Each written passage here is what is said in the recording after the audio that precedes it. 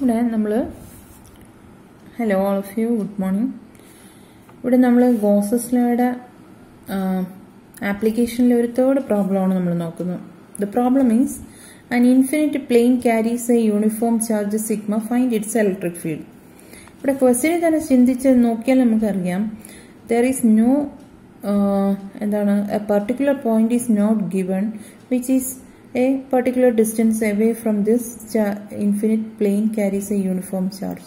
Eppozhum nammal electric field parayam, it is always associated with a point. Enengil oru charge il ninno allengil oru continuous charge distribution il ninno at a point away with a distance r ennokkeyanu nammal question il kodukka. പക്ഷേ ഈ ക്വസ്റ്റ്യനിൽ തന്നെ നമുക്ക് ശ്രദ്ധിച്ചറിയാം find it's electric field എന്നേ ഉള്ളൂ. അത് എവിടെയാണെന്ന് പറയുന്നില്ല. ഓക്കെ, അപ്പോൾ ഗോഷ്യൻ സർഫസ് എടുക്കുമ്പോഴും നമ്മളത് ശ്രദ്ധിക്കുക. കാരണം എന്താണെന്ന്, നമ്മൾ ഗോഷ്യൻ സർഫസ് സാധാരണ എങ്ങനെയാണ് എടുക്കുന്നത്, ഏതൊരു പോയിന്റിലെ ഇലക്ട്രിക് ഫീൽഡാണോ നമ്മൾ കണ്ടുപിടിക്കേണ്ടത് അത് സർഫസിൽ വരത്തക്ക രീതിയിലാണ് നമ്മൾ ഗോഷ്യൻ സർഫസ് കൺസിഡർ ചെയ്യുക.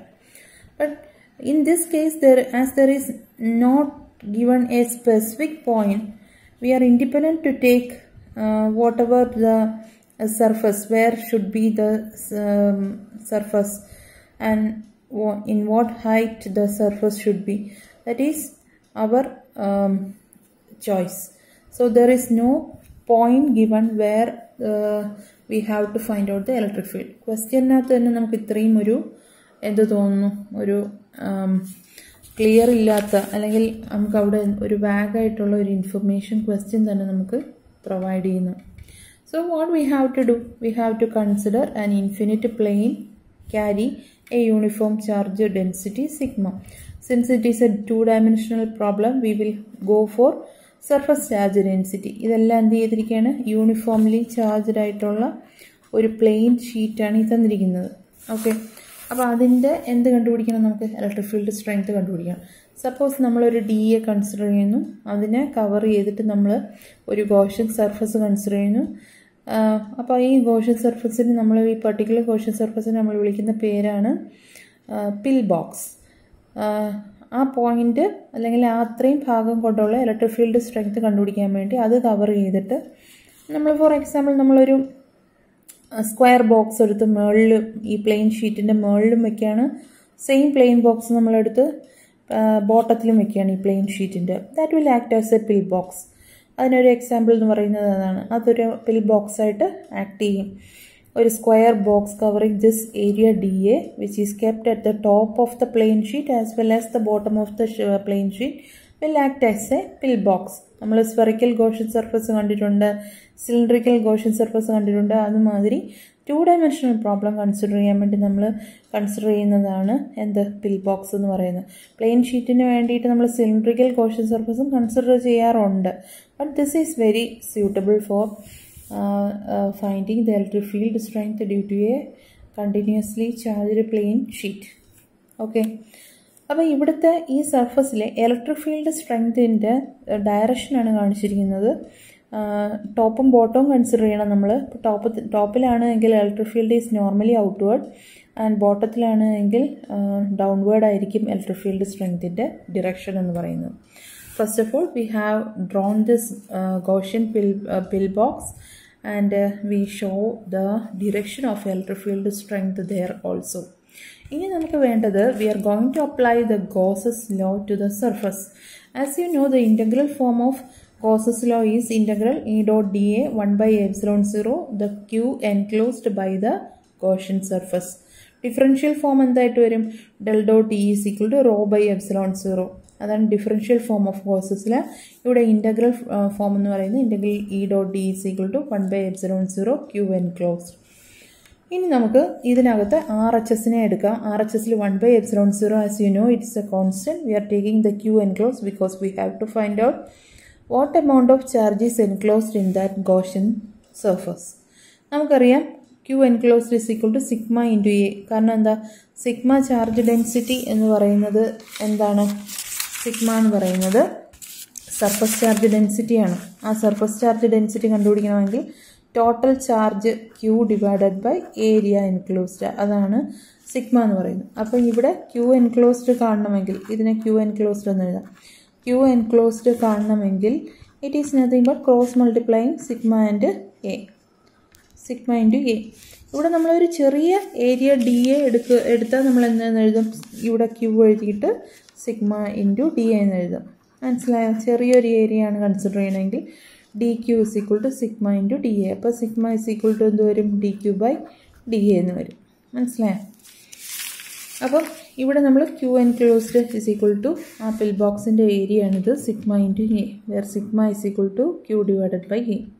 A is the area of the lid of the pill box. Pill ബോക്സിൻ്റെ അടപ്പ്, ലിഡിനെയാണ് നമ്മൾ, ലിഡിൻ്റെ ഏരിയ ആണ് എ എന്ന് ഇവിടെ സൂചിപ്പിക്കുന്നത്. ലിഡ് എന്ന് പറഞ്ഞാൽ അതിനെ ഫുള്ളായിട്ട് എൻക്ലോസ് ചെയ്തിരിക്കുന്നതായിരിക്കണമല്ലോ ലിഡ്. അപ്പം it is the same area of that of the pill box. അപ്പോൾ ഇവിടെ നമ്മൾ ഇത്ര എഴുതി കഴിഞ്ഞാൽ ബൈ സിമെട്രി, ഒരു സിമെട്രി അനുസരിച്ച് പിൽ ബോക്സിൻ്റെ സെയിം അളവ് തന്നെയാണ് നമ്മൾ ടോപ്പിലും ബോട്ടത്തിലും എടുത്തേക്കുന്നത് അല്ലേ. അപ്പോൾ ഈ points away from the plain always. അപ്പോൾ ടോപ്പാണെങ്കിൽ ടോപ്പിൽ നിന്നും എവേ, അപ്പോൾ അപ്വേർഡ് ആയിരിക്കും.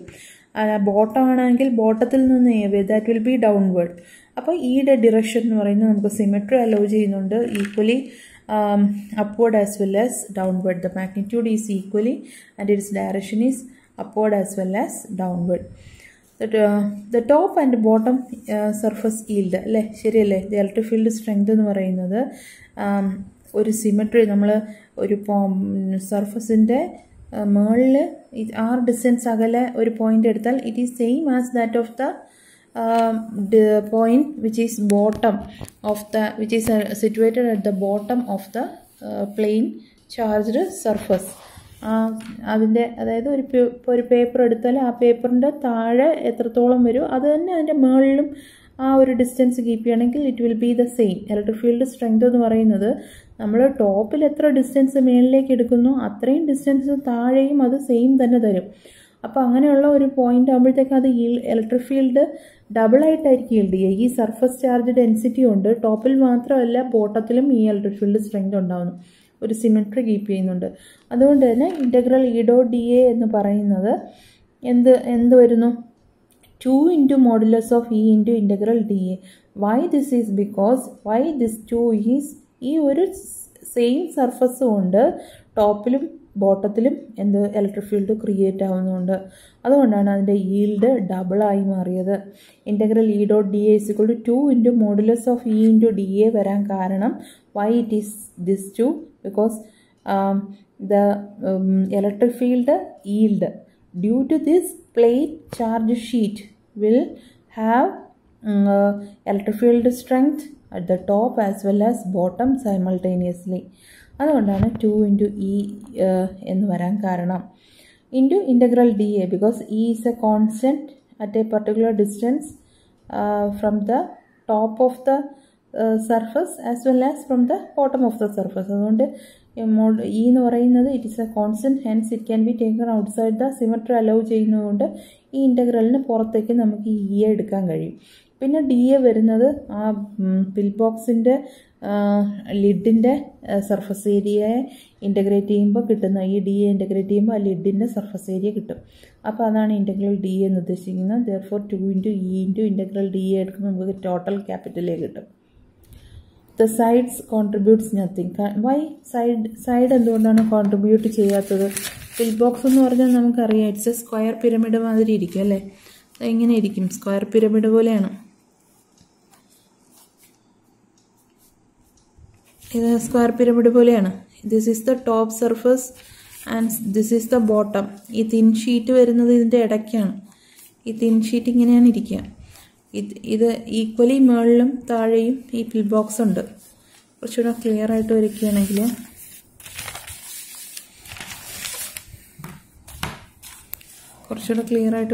തിൻ ഷീറ്റ് ഇങ്ങനെ, ഇതിൻ്റെ ടോപ്പിൽ എന്ത് വരുന്നു? പിൽ ബോക്സ് ഇങ്ങനെ ഇരിക്കുന്നു. ഇത് തുളഞ്ഞ് എന്ത് ചെയ്യുന്നു? ഉള്ളിലേക്ക് കയറുന്നതാണ്. ഇതതിൻ്റെ സൈഡാണ്. ഇതുപോലെ എവിടെയുണ്ട്? ഇതിൻ്റെ അടിയിലുമുണ്ട്. ഇത് തുളഞ്ഞ് പകുതിയോളം ഇതിൻ്റെ അടിയിലും പോയിട്ടുണ്ട്, പകുതി ഇതിൻ്റെ മുകളിലുമാണ്. അപ്പം ഈ സർഫസ് ഏരിയ കൊണ്ടുള്ളതാണ് നമ്മൾ 2 into E dot dA എന്ന് മുകളിലും താഴെയും കൺസിഡർ ചെയ്യുന്നത്. പക്ഷെ ഇങ്ങനെ ഒരു സൈഡ് ഉണ്ടാവുമല്ലോ പിരമിഡ് ആകുമ്പോൾ. ഈ സൈഡും ഉണ്ട്. ഈ സൈഡിൻ്റെ ഡി എ എങ്ങനെ ഇരിക്കും? ഇങ്ങനെ വരും. ഇവിടുത്തെ ഇ എങ്ങനെ പോവും? ഇങ്ങനെ പോവും. So they are perpendicular to each other. അപ്പോൾ കോസ് പൈ ബൈ 2 എന്ന് പറയുന്നത് 0 ആവുന്നതുകൊണ്ട് ഈ പിൽ ബോക്സിൻ്റെ സൈഡ് കൊണ്ടുള്ള ഇലക്ട്രിക് ഫീൽഡ് സ്ട്രെങ്ത് അവിടെ എന്തായി പോവും? 0 ആയി പോവും. അതുകൊണ്ടാണ് നമ്മൾ അങ്ങനെ എടുക്കുന്നത്.